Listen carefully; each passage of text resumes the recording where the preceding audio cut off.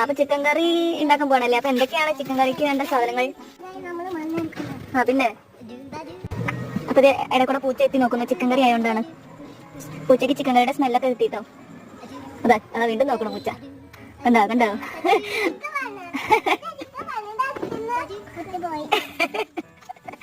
പൂച്ചയ്ക്ക് അത് ചിക്കൻ കറി വേണ്ട അത്ര. പ്ലേറ്റ് റെഡിയായോ? സെറ്റ്. ചിക്കൻ കറി റെഡിയായി. അപ്പൊ വേണ്ട, അതിപ്പോ ഉണ്ടാക്കിയതല്ലേ, കാട്ടിക്കോ. ടേസ്റ്റ് ചെയ്ത് നോക്കട്ടെ ഞാൻ. അപ്പൊ ഗൈസ്, ഇതാണ് നമ്മളെ റിക്കുട്ടന്റെ സ്പെഷ്യൽ മണ്ണ് ചിക്കൻ കറി.